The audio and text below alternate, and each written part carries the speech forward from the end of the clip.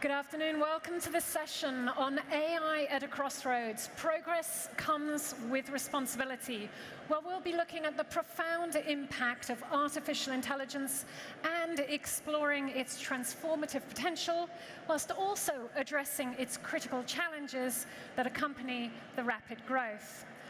Over the next 90 minutes, we're going to be discussing AI's environmental and social implications, whilst highlighting how, when used correctly, it can be a force for positive change. Coming up shortly, I'm going to be welcoming to the stage Anthony Virapan from Microsoft, Shani Gwynn, to talk about increasing inclusivity in AI development.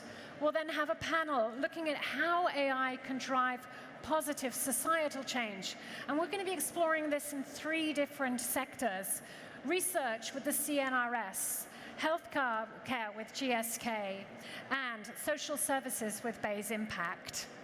I'll then be welcoming Axel Lemaire from Soprasteria and James Martin of Better Tech to address the environmental impact of AI and our consumption of water, energy, and hardware.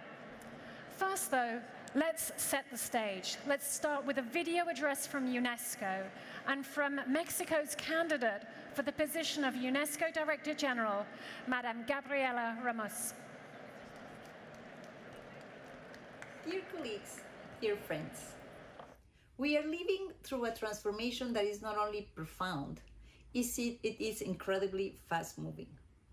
In just a few years, the technological landscape has shifted dramatically. I still remember when the spread of mobile telephony was considered revolutionary, especially across the global south. But since the arrival of generative AI in November 2022, the pace and scale of change had reached an entirely new level. Today, we're not only dealing with generative AI, we're seeing the emergence of reasoning AI, capable of solving advanced problems and coding autonomously.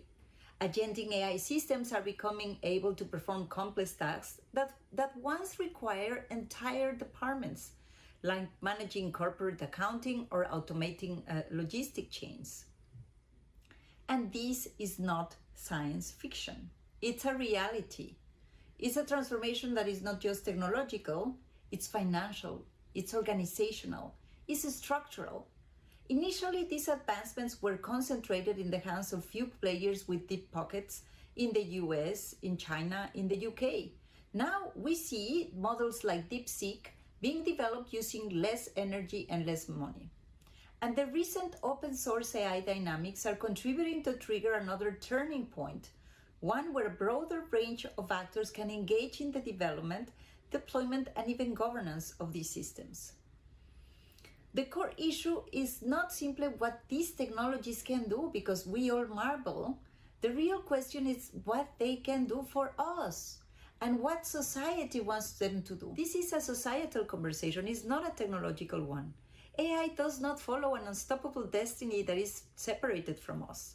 It's the result of our decisions about policies, guardrails, regulations, investments, inclusion. It's all about ethics.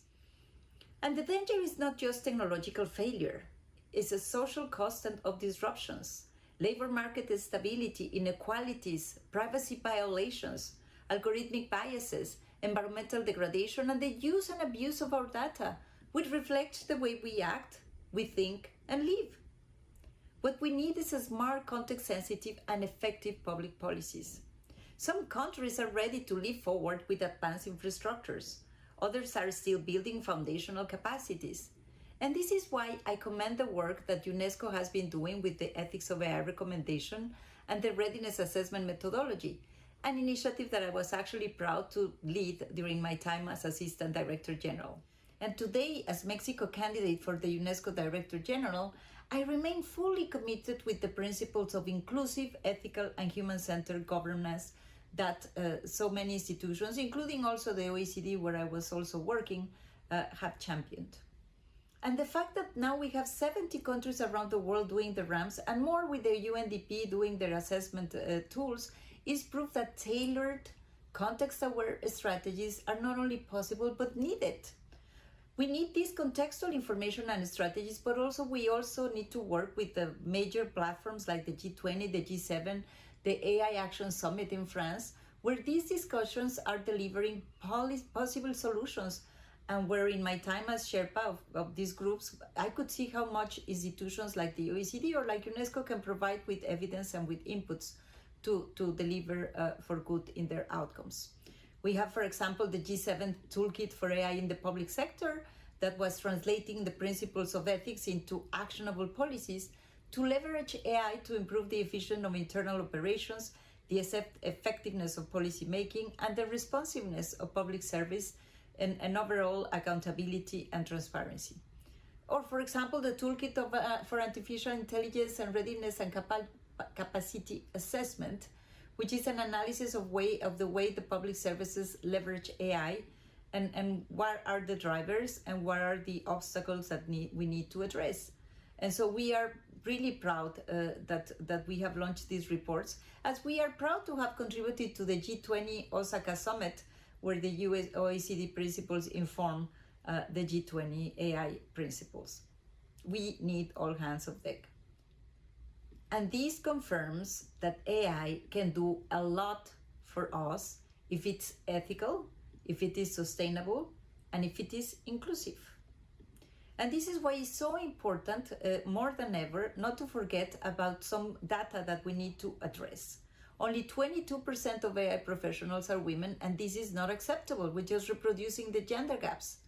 But we can change it, including through public procurement policies, support for women-led enterprises, or deliberate market incentives. These tools exist.